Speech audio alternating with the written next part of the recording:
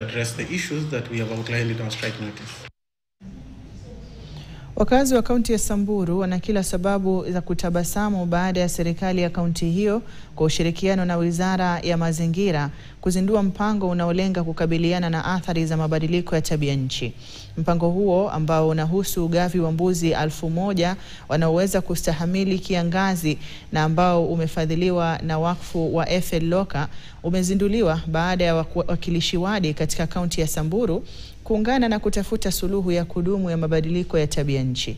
Kulingana na afisa mkuu mtendaji katika idara ya mazingira Linus Leshore, mpango huo unaoendeshwa na kamati maalum kuhusu mabadiliko ya tabia nchi unalenga kuimarisha uzalishaji wa maziwa, kwani mbuzi hao wanatoa maziwa ya kutosha ikilinganishwa na wale ambao wamekuwa wakifugwa eneo hilo kwa kipindi kirefu.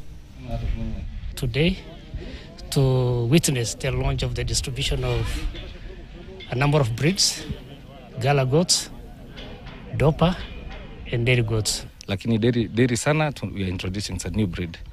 Na vile nimesema yale yametufanya through WCCPC, yale yametufanya tulete haya mbuzi ni kwa sababu ya faida ambaye mbuzi moja iko nayo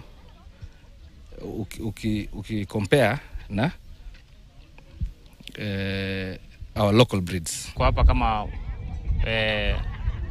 ward 3 ambaye leo sisi hapa kugawa hizo mbuzi. Lakini sisi kama Lodwar ward na Paro ward na Suguta tuliweka mbuzi.